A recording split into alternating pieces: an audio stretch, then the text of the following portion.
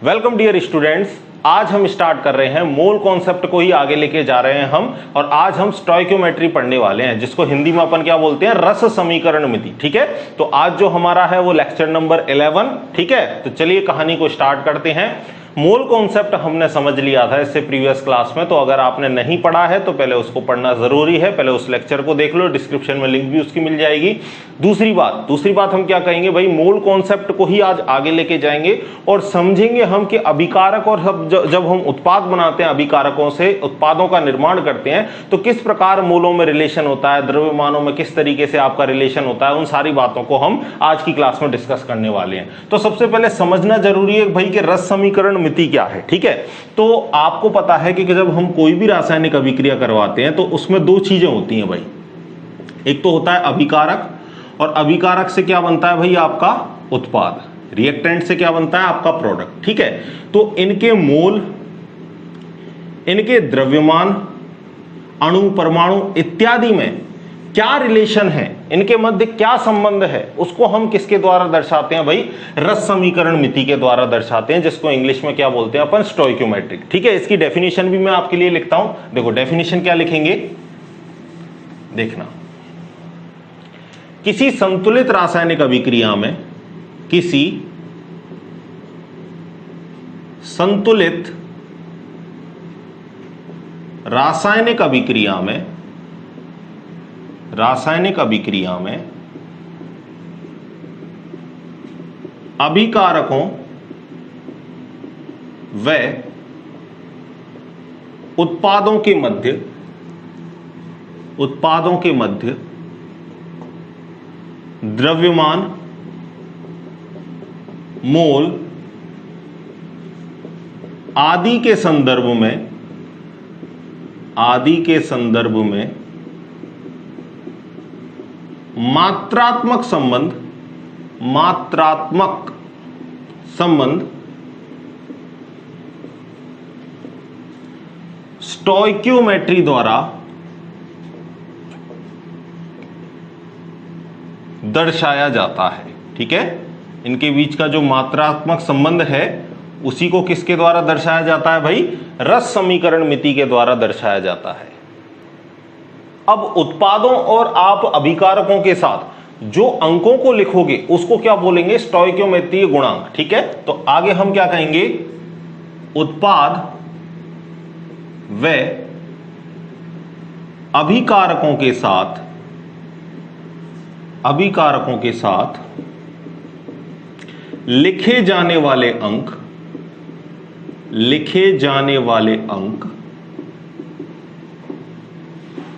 स्टोइकियोमेट्रीय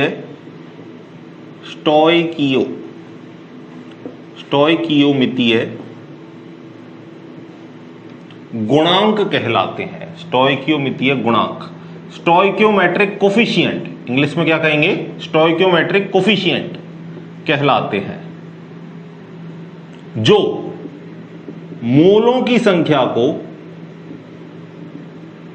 संख्या को प्रदर्शित करते हैं।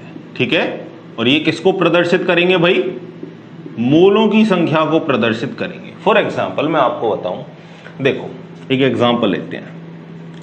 हैबर प्रक्रम द्वारा अमोनिया का निर्माण।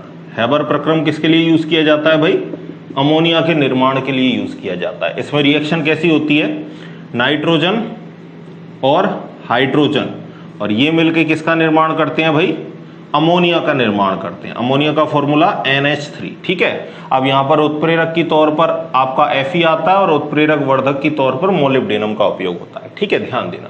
अभी ये अभिक्रिया कैसी है भाई, संतुलित नहीं है, तो इस अभिक्रिया को आपको क्या करना है, संतुलित करना है। ठीक है, संतुलित का मतलब क्या होता है, समझ लो। जितने आपके अभिकारक आपके इस साइड है ना, अभिकारक के जितने अणु परमाणु आपके इस साइड हैं, उत्पाद के साइड भी आपके उतने ही अभिकारक के अणु परमाणु आपके रहने चाहिए। तो ऐसी अभिक्रिया को हम क्या बोलेंगे, संतुलित अभिक्रिया बोलेंगे। ठीक है, यहां नाइट्रोजन के कितने परमाणु दिख रहे हैं, 2। यहां नाइट्रोजन का कितना परमाणु दिख रहा है, 1। तो यहां भी नाइट्रोजन के कितने परमाणु करने पड़ेंगे, 2। तो आगे हमने लगा दिया 2। अब यहां हाइड्रोजन के परमाणु कितने हैं, 2। दिख रहे हैं ना 2।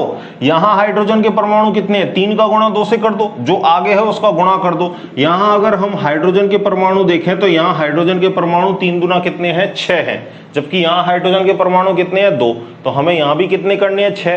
तो आगे क्या लगा दो, 3। तो 3 गुना यहां भी कितने हो गए भाई, 6 हाइड्रोजन के परमाणु हो गए। यहां भी 6 हाइड्रोजन के परमाणु हो गए। यहां भी 2 नाइट्रोजन के परमाणु, यहां भी 2 नाइट्रोजन के परमाणु। यह आपका हो गया संतुलित समीकरण। ठीक है, अब यहां ये जो है आपके आगे ये जो लग रहा है, इसी को अपन क्या बोलते हैं, स्टोइकियोमेट्रिक गुणांक। इसी को क्या बोलते हैं, स्टोइकियोमेट्रिक कोफिशिएंट। ठीक है, तो यहां कुछ नहीं है तो हम क्या बोलेंगे, 1 है भाई। यहां आगे कुछ नहीं लगा तो क्या मानोगे, 1। यानी इसके कितने मोल हैं आपके नाइट्रोजन के, 1 मोल। हाइड्रोजन के कितने मोल हैं, 3 मोल। ठीक है, और अमोनिया के कितने मोल है भाई, यहां 2 मोल। यानी हम क्या कह सकते हैं कि 1 मोल हाइड्रोजन, सॉरी 1 मोल नाइट्रोजन 3 मोल हाइड्रोजन से अभिक्रिया करके 2 मोल अमोनिया का संश्लेषण करता है। यहां से ये बात कह सकते हैं भाई। ठीक है, तो इसको एक बार आप लिख लो। क्या लिखेंगे, किसी यौगिक में उपस्थित, किसी यौगिक में उपस्थित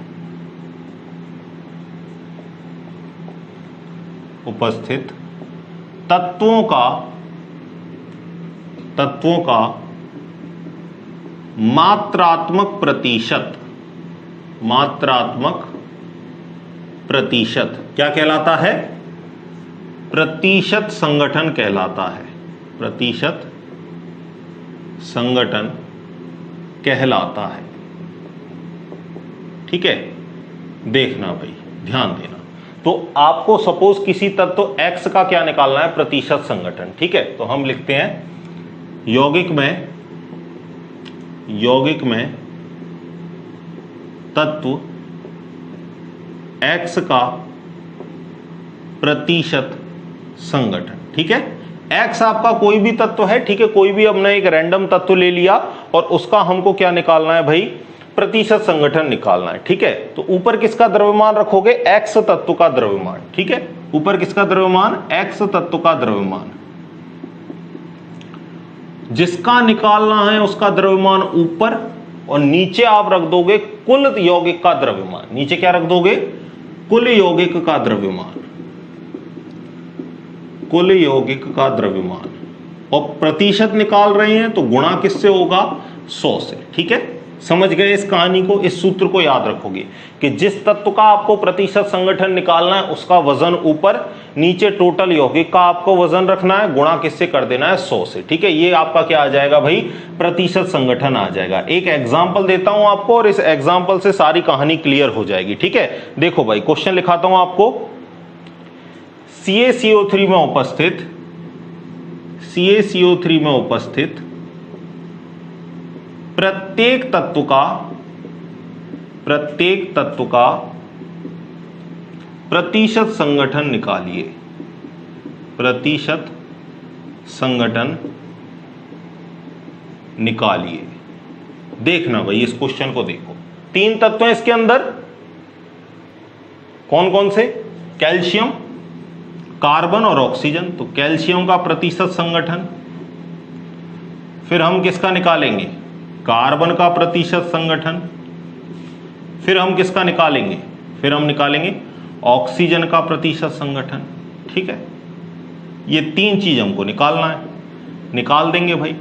X तत्व का द्रव्यमान, कैल्शियम का 1 का द्रव्यमान कितना होता है बताओ, 40। 1 कार्बन का कितना होता है, 12। 1 ऑक्सीजन का कितना होता है, 16। 3 ऑक्सीजन दे रखे हैं तो 16 कितना हो जाएगा, 48। ठीक है, जोड़ दोगे तो कितना हो जाएगा भाई, 100 ग्राम मोल इनवर्स हो जाएगा। ठीक है, तो कुल यौगिक का द्रव्यमान कितना आ गया, 100 ग्राम मोल इनवर्स। ठीक है, तो ऊपर X तत्व का द्रव्यमान रख दो, कितना है 40। नीचे क्या रख दो, कुल द्रव्यमान 100, गुणा किससे कर दो 100। 100 से 100 कट गए, प्रतिशत कितना आएगा 40%। ठीक है, और कार्बन का देखो, कार्बन की हिस्सेदारी कितनी है, ऊपर कार्बन का भार कितना है 12, कुल भार कितना है 100, गुणा कर दो 100 से, कितना आ जाएगा 12%। ऑक्सीजन का भार कितना है भाई, 3 का 48। ठीक है, 16 × 48 बटे 100, गुणा कर दो 100 से। 100 से 100 गया भाई, 100 से 100 गया, कितना आएगा 48% आएगा।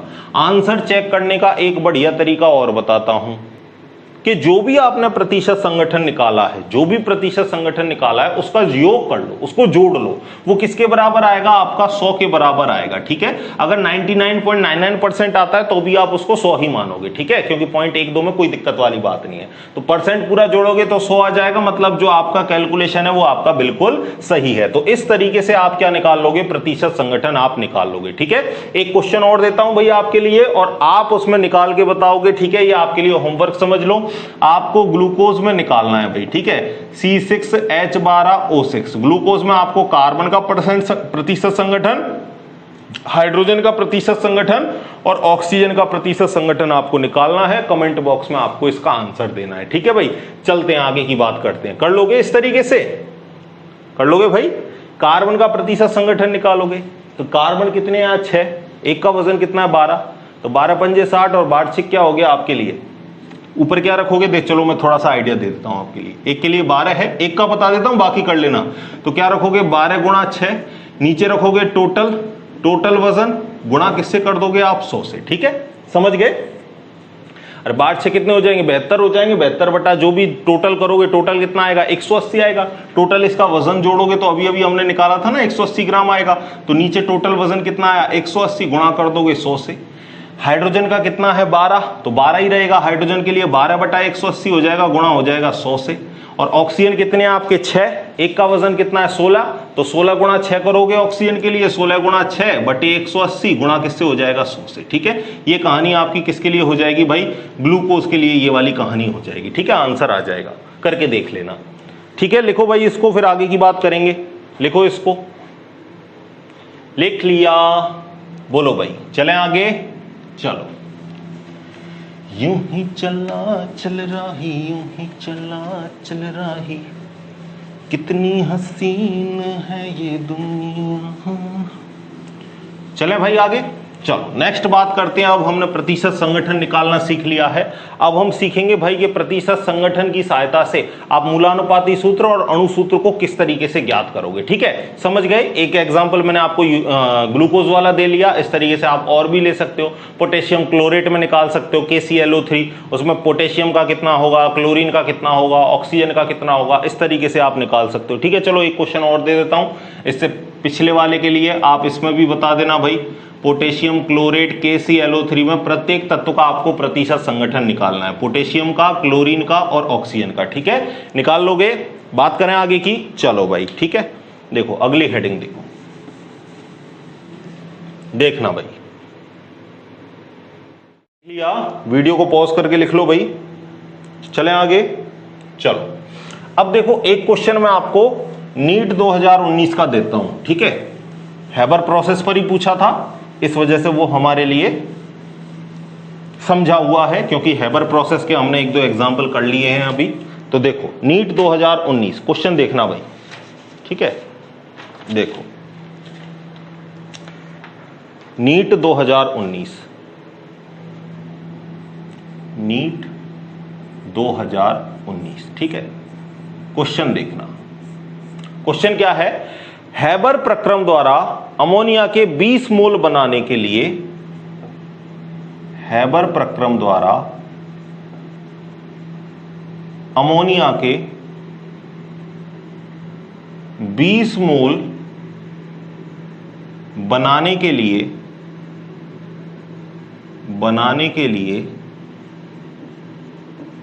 कितने मोल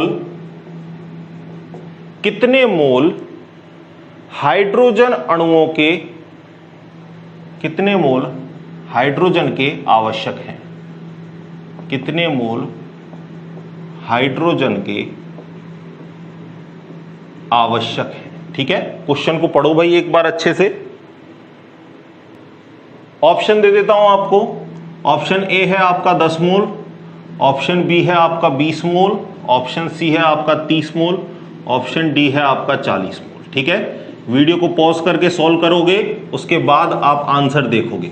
वीडियो को पहले रोक के आप खुद से सॉल्व करने की कोशिश करो, नहीं आता है तो फिर आप देखोगे। ठीक है, करो भाई इस क्वेश्चन को, करें अपन, चलें आगे। देखो भाई, तो हैबर प्रोसेस क्या था आपका, N2 प्लस 3H2, और ये कितने मोल बना रहा था भाई, 2 मोल अमोनिया के बना रहा था। ठीक है, यहां से हमको पता है कि 1 मोल नाइट्रोजन का 3 मोल हाइड्रोजन से अभिक्रिया करके 2 मोल अमोनिया बनाता है। ठीक है, इसको आप देखो एक अदर वे में भी देख सकते हो, ग्राम के वे में भी देख सकते हो, ग्राम से भी आपको क्वेश्चन पूछ ले। 1 मोल नाइट्रोजन का भार कितना है, 28 ग्राम है ना भाई। अरे 2 नाइट्रोजन है, एक का वजन 14 ग्राम है, एक नाइट्रोजन का कितना है 14 ग्राम, तो 2 का कितना हो जाएगा 28। यहां कितने हाइड्रोजन है, 3 दूना 6, तो हम क्या कहेंगे 6 ग्राम हाइड्रोजन है। और यहां एक नाइट्रोजन का कितना होता है 14, 3 हाइड्रोजन का कितना होगा 3। ठीक है, तो कितना हुआ, एक का 17, एक अमोनिया का कितना वजन हुआ 17, लेकिन कितने अमोनिया दे रखे हैं 2, तो 17 दूना कितने अमोनिया हो जाएंगे 34 ग्राम अमोनिया हो जाएगा। ठीक है, तो यहां हम ये भी कह सकते हैं कि 28 ग्राम नाइट्रोजन 6 ग्राम हाइड्रोजन से अभिक्रिया करके 34 ग्राम अमोनिया बनाता है। देखो मोल के रेस्पेक्ट में भी आपको आना चाहिए और आपको भार के ग्राम के रेस्पेक्ट में भी आपको आना चाहिए। 1 मोल 3 मोल हाइड्रोजन से अभिक्रिया करके 2 मोल अमोनिया बनाता है, या हमको इसको ऐसे भी कह सकते हैं कि 28 ग्राम नाइट्रोजन 6 ग्राम हाइड्रोजन से अभिक्रिया करके 34 ग्राम क्या बनाता है, अमोनिया बनाता है। अब देखो ये तो ग्राम वाला जस्ट मैंने आपको समझाया है, क्वेश्चन आपको मोल से पूछ रहा है तो मोल से ही हो जाएगा। ठीक है, अब देखो पेन भी नहीं चलाना यहां से। 2 मोल अमोनिया बनाने के लिए 3 मोल हाइड्रोजन चाहिए। भाई किसकी बात कर रहा है, वो हाइड्रोजन के मोल की बात कर रहा है। तो 2 मोल अमोनिया बनाने के लिए 3 मोल हाइड्रोजन चाहिए, तो 20 मोल अमोनिया बनाने के लिए कितना हाइड्रोजन लगेगा, 30 मोल लगेगा। भाई सीधी सीधी बात है। अरे 2 बनाने के लिए आपका 3 लग रहा है, तो 20 बनाने के लिए कितने लग जाएंगे, 30 मोल लग जाएंगे। डायरेक्ट आंसर कौन सा, सी। ठीक है, देखो इतना हलवा क्वेश्चन, आपको पेन भी चलाने की जरूरत नहीं है, आप आसानी से इसका आंसर निकाल सकते हो अगर आपने बढ़िया से प्रैक्टिस की है तो। ठीक है, लिख लो भाई, लिख लो इसको, 2019 नीट का क्वेश्चन, बहुत ही आसान। चलते हैं अगले क्वेश्चन की तरफ। ठीक है, देखो अब क्वेश्चन में आपको बढ़िया अलग अलग तरीके के क्वेश्चन प्रैक्टिस करा देता हूं भाई मैं आपको, जिससे आपको कैसा भी न्यूमेरिकल आ जाए आपको दिक्कत नहीं आएगी। ठीक है, देखना, देखो भाई क्वेश्चन देखना भाई।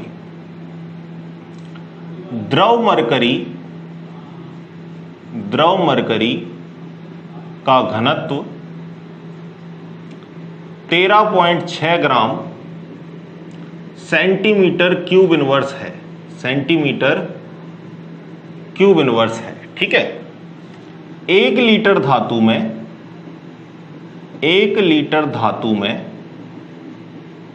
मरकरी के कितने मोल उपस्थित होंगे, कितने मोल उपस्थित होंगे।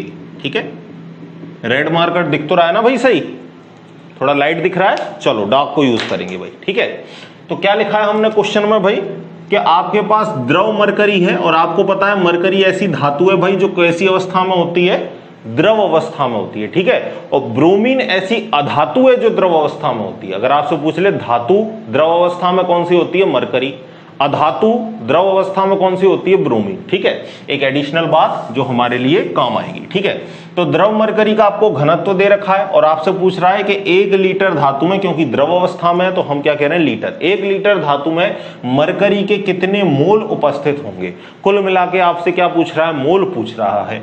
तो मोल का हमको पता है कि मोल बराबर क्या होता है भाई, भार बटे अणुभार, यही होता है, भार बटे अणुभार। और आपको क्वेश्चन में दे नहीं रखा लेकिन आपको पता होना चाहिए मरकरी का जो अणुभार है वो कितना होता है, मरकरी एक ही है तो मरकरी का क्या होगा, परमाणु भार। भाई अणु होता तो हम अणुभार लिखते, जो मरकरी का परमाणु भार है वो कितना है, 200 ग्राम मोल इनवर्स। ठीक है, ये मरकरी का परमाणु भार है। सारे परमाणु, सारे तत्वों के परमाणु भार की मैंने लिस्ट दे रखी है आपको, आप वहां से उसको पढ़ भी सकते हो। ठीक है, डिस्क्रिप्शन में भी आपको मिल जाएगी। ठीक है, देखो अब मोल बराबर क्या है, भार बटे अणुभार है। ठीक है, तो हमको भार तो कहीं दे नहीं रखा, हमको तो क्या दे रखा है, इसने घनत्व दे रखा है। तो घनत्व का फॉर्मूला हमको डेंसिटी बराबर क्या होता है भाई, मास अपॉन वॉल्यूम। ठीक है, तो आपको डेंसिटी बराबर दे रखा है, आपको घनत्व दे रखा है, हमें तो द्रव्यमान चाहिए, इंग्लिश में इसको मास बोलेंगे, हिंदी में क्या बोलेंगे, द्रव्यमान, और वॉल्यूम को हिंदी में क्या बोलते हैं, आयतन। ठीक है, तो हमें पता चल गया यहां से भाई कि अगर हमको द्रव्यमान निकालना है तो डेंसिटी इंटू क्या कर दो, वॉल्यूम कर दो। ठीक है, समझ में आ गया बात। घनत्व तो हमको दे रखा है, कितना दे रखा है, 13.6 ग्राम सेंटीमीटर इनवर्स क्यूब। ठीक है, गुणा आयतन आपको दे रखा है भाई, आयतन किसमें होता है, लीटर में। कितना लीटर दे रखा है, 1 लीटर। और आपको पता है भाई कि 1 ml किसके बराबर होता है, 1 सेंटीमीटर क्यूब के। तो 1 ml इनवर्स किसके बराबर हो जाएगा, 1 सेंटीमीटर क्यूब इनवर्स के।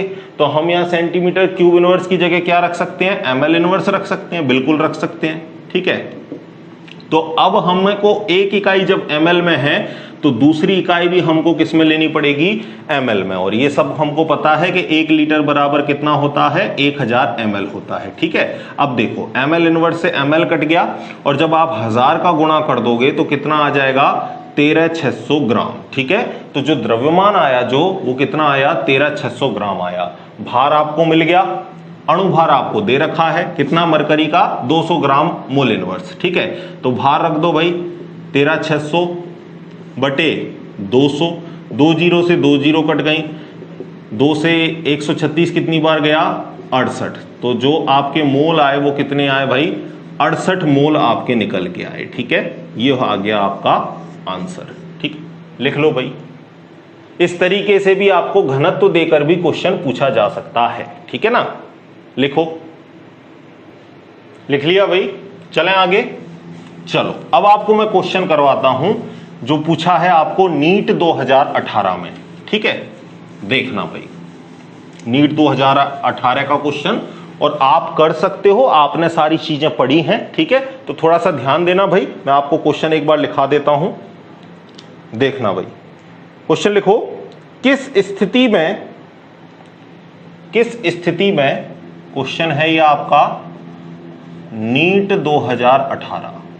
ठीक है, देखना भाई, किस स्थिति में जल के अणुओं की संख्या अधिकतम होगी, जल के अणुओं की संख्या अधिकतम होगी। ठीक है, देखना भाई, ध्यान देना। पहला ऑप्शन क्या दे रखा है, 18 ml जल के लिए। दूसरा ऑप्शन बी क्या दे रखा है, 0.18 ग्राम जल के लिए। ऑप्शन सी क्या दे रखा है, 1 ATM एवं 273 केल्विन ताप पर, यानी एनटीपी एसटीपी दे दिया, normal temperature and pressure, standard temperature and pressure. ठीक है, तो 1 ATM और 273 केल्विन ताप पर, 273 केल्विन ताप पर आपको बताना है 0.00224 लीटर जल के लिए। और ऑप्शन चौथा कौन सा है, ऑप्शन चौथा है आपका 10 की पावर -3 मोल जल के लिए, 10 की पावर -3 मोल जल के लिए। ठीक है, तो क्वेश्चन आपको दिया है भाई, आसान है, कठिन नहीं है। ठीक है, थोड़ा सा आप ज्ञान लगाओगे, थोड़ी आपकी भक्ति जोर जितनी मारे वहां तक कोशिश करो, फिर आगे बताता हूं। ठीक है, वीडियो को पॉज करके करने की कोशिश करो, कर सकते हो आप। देखना भाई, इसका सॉल्यूशन देखो अब।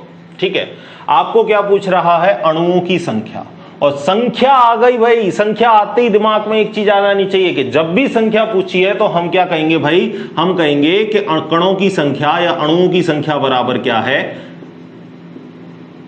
कणों की संख्या बराबर होती है मोल गुणा आवोगाड्रो संख्या। ये फॉर्मूला हमको पता है, यानी आप सब में संख्या पूछी है तो आवोगाड्रो नंबर तो सब में समान ही आएंगे।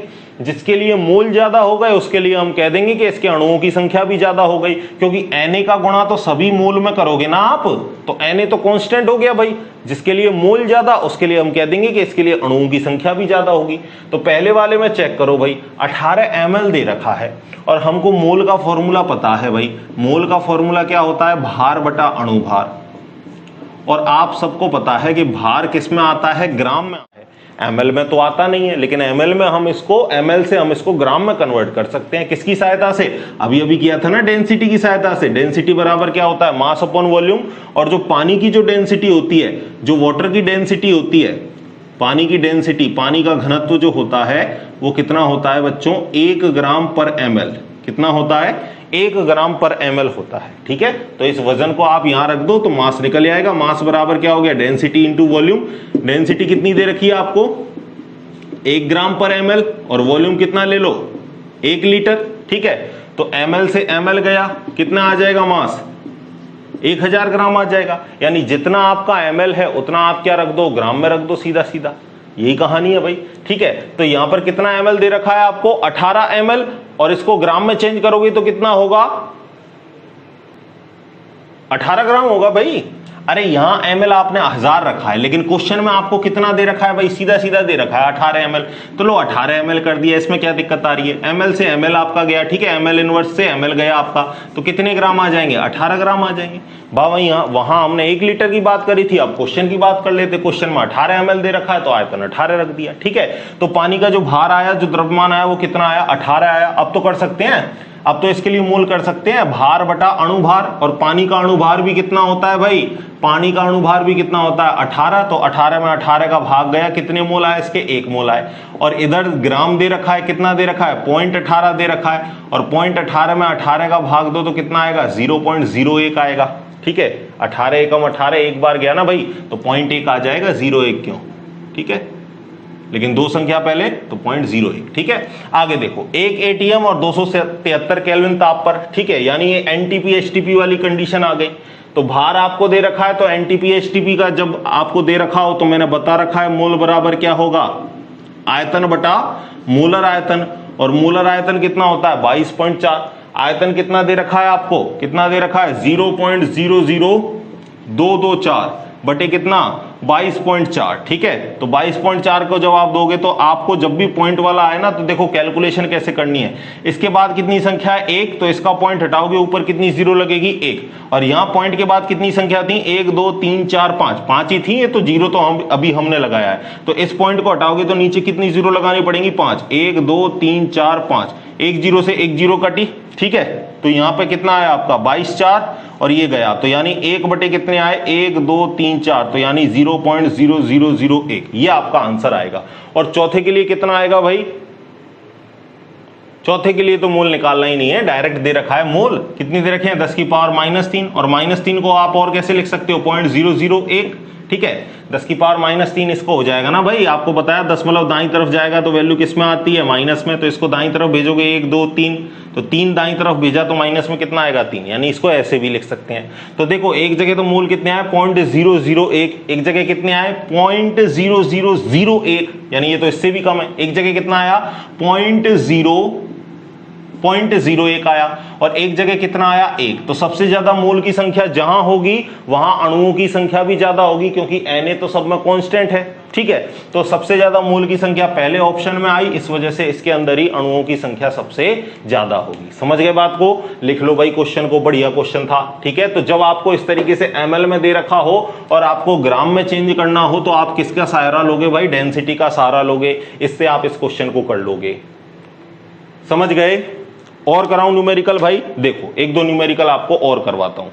लिख लिया, मिटा दें, चलो वीडियो को पॉज करके भाई आप आराम से लिख लिया करो, ठीक है ना।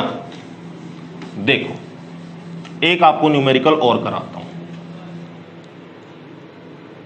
अगला क्वेश्चन देखना भाई, ये क्वेश्चन आपको करवाता हूं, रस समीकरण मिति पर ही बेस्ड है। देखो क्वेश्चन को देखना, ठीक है।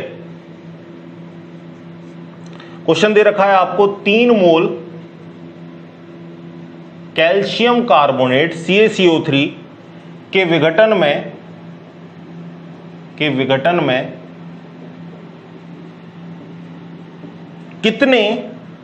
विघटन से कितने कैल्शियम ऑक्साइड मुक्त होंगे एवं CO2 गैस का आयतन बनेगा। CO2 गैस का आयतन बनेगा। ठीक है, क्वेश्चन को एक बार पढ़ो। ठीक है। क्या बोल रहा है कि कितने ग्राम कैल्शियम ऑक्साइड मुक्त होगा, कितने ग्राम कैल्शियम ऑक्साइड मुक्त होगा और CO2 गैस का आयतन कितना बनेगा। कब? जब आप कैल्शियम कार्बोनेट की क्या करवा रहे हो, आप विघटन करवा रहे हो ताप देकर, तो उससे आपके क्या बन रहे हैं भाई, एक तो कैल्शियम ऑक्साइड बन रहा है और एक कार्बन डाइऑक्साइड बन रहा है। तो क्वेश्चन आपसे ये पूछ रहा है कि CaO कितना बनेगा और CO2 का आयतन कितना बनेगा। आयतन किसमें होता है, लीटर में होता है, याद रखना, ठीक है। तो सबसे पहले जब भी ऐसे क्वेश्चन आएंगे, मैंने आपको क्या बोला, आपको सबसे पहले संतुलित अभिक्रिया लिखनी है। तो जैसा बोलता जा रहा है वैसे लिखते जाओ। कैल्शियम कार्बोनेट, इसका क्या करवा दो, विघटन। विघटन इसका होता है, इसको टेम्परेचर देके, ठीक है, और टेम्परेचर के निशान के लिए हम डेल्टा बना देते हैं। और क्या बन रहा है, कैल्शियम ऑक्साइड बन रहा है और CO2 गैस निकल रही है।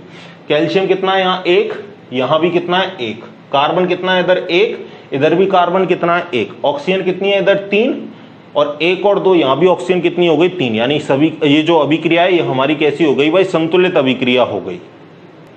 इस अभिक्रिया को देख के हम क्या कह सकते हैं भाई कि 1 मोल कैल्शियम क्लोराइड, 1 मोल कैल्शियम कार्बोनेट, क्लोराइड नहीं कैल्शियम कार्बोनेट, रिएक्शन करके या विघटित होकर 1 मोल कैल्शियम ऑक्साइड बना रहा है और 1 मोल कार्बन डाइऑक्साइड बना रहा है। ये कह सकते हैं भाई, आगे कुछ नहीं लगा तो हम मानेंगे 1-1 मोल है सबके।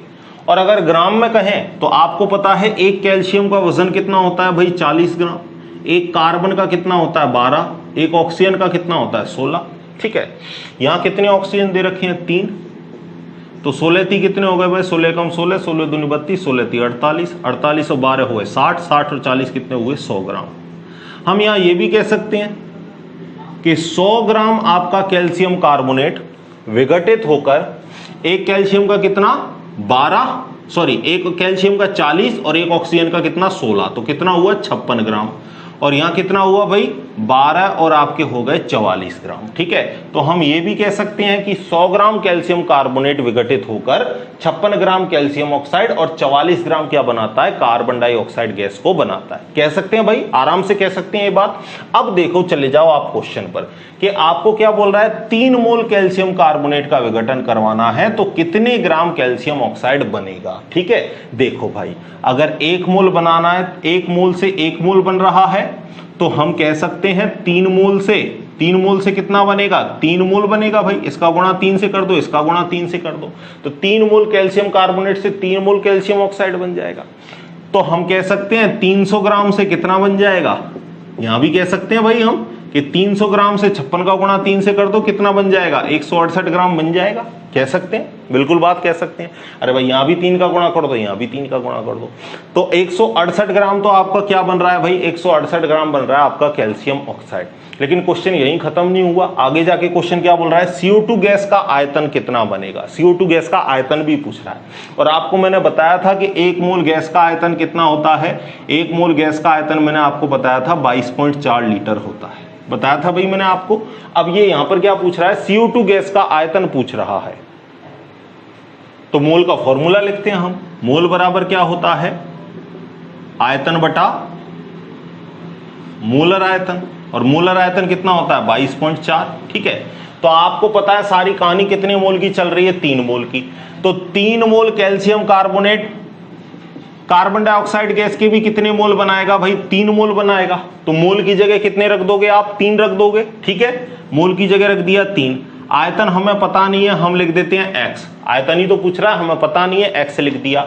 नीचे क्या है 22.4, तो हमें आयतन निकालने के लिए 3 गुणा क्या करना पड़ेगा 22.4, गुणा कर दो 3 चौक 12 की 2, हाथ से लगी 1, 3 2 6 7, 3 2 6, यानी कितना ml आपका आयतन लगेगा, सॉरी लीटर, क्योंकि 22.4 किसमें लीटर में है।